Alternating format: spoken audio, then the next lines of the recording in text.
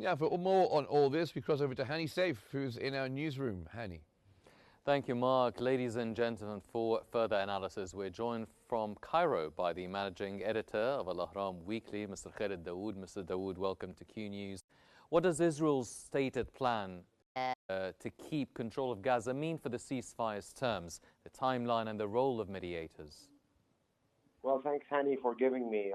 Unfortunately, it simply means that Israeli Prime Minister Benjamin Netanyahu and his fanatic right-wing government are looking for any excuse to maintain the state of war alive in Gaza, despite all the international and American-led efforts to cement the ceasefire and to move to the second stage. As you have seen, the Israelis have been using any justification and making all sorts of allegations to continue attacking the residents, innocent people of Gaza, like what happened the day before yesterday after the death of one Israeli soldier in Rafah in southern Gaza, which is totally under Israeli control. We've seen this massive attacks by the Israeli occupation army, killing at least 104 people, including 46 children, over the alleged violation by Hamas.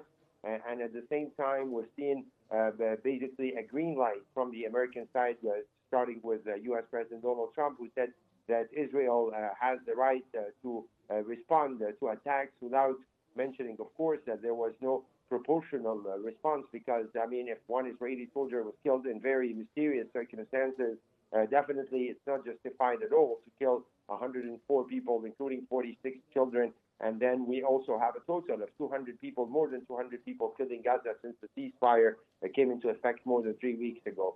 So obviously, Hani, the Israelis want to repeat the Lebanese scenario, which is practically we're seeing also today, whereby even if Israel had a ceasefire agreement mediated by top countries, world countries, they would still give themselves the freedom to take military action whenever they believe that there is a threat that they are facing. And of course, this will very much complicate the progress towards the implementation of the many other complicated details of the agreement, President Trump's 20-point plan, starting, of course, with the withdrawal of Israeli troops from more areas of Gaza, to the handover to a new government in Gaza, and of course the entry of humanitarian aid, which has been, again, very much restricted by the Israeli side, confirming the policy of using food and medicine as weapons of war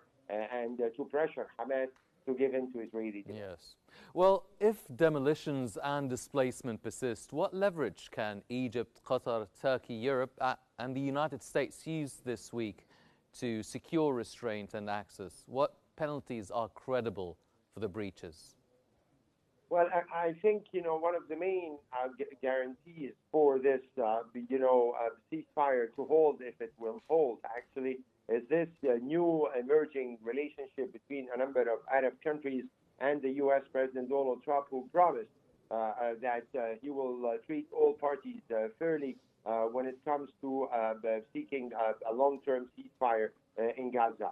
The Americans are saying that they are putting pressure behind the scene on the basis of contacts with Egypt and Qatar and Turkey. On the Israeli side, not to expand violations of the attacks and to maintain generally the ceasefire and to progress towards other stages if this alliance between U.S. President Donald Trump and the key moderate Arab regional countries, I'm talking about Egypt, Qatar, Saudi Arabia, United Arab Emirates, Turkey, is to remain in effect. And I think it's President Trump's own prestige and own reputation that's at stake after all the steps he's taken and the statements he's made, attending personally the Sharm el-Sheikh summit hosted by Egypt and signing the agreement along with Qatar and Turkey. So, again, if the Americans do not prove that they mean what they say in terms of being fair to all parties and pressing Israel to respect this agreement and to progress towards the other stages, second stage and third stage, because that's also very important to create credibility for the United States. And if President Trump is really keen to gain this Nobel Peace Prize, I'm sure that he will not be close to that target if this, peace plan collapses and we're back to square one. I mean, again, Hani, to be honest, I mean, it's very difficult to assume good intentions on behalf of the current hardline Israeli government, especially that we can see Netanyahu repeating over and over again that Israel will maintain total security control. Israel will not let either Fatah or Hamas control Gaza. So again, it's very important for the Arab countries that I've mentioned to continue coordinating with the Trump administration over further withdrawals, entry of humanitarian aid, and the arrangements for the so-called international stabilization force that will be deployed inside Gaza. Well, what near-term governance path is realistic then? An interim technocratic administration with a trained Palestinian police force? Would that be it? What clear benchmarks should trigger a phased-out Israeli withdrawal? To be very honest, Hani, again, I think that the Palestinians already have the capabilities to come up with a government for Gaza that does not belong to Hamas right away if the Israelis remain committed, or if the Israelis carry out their own obligations according to the Trump plan.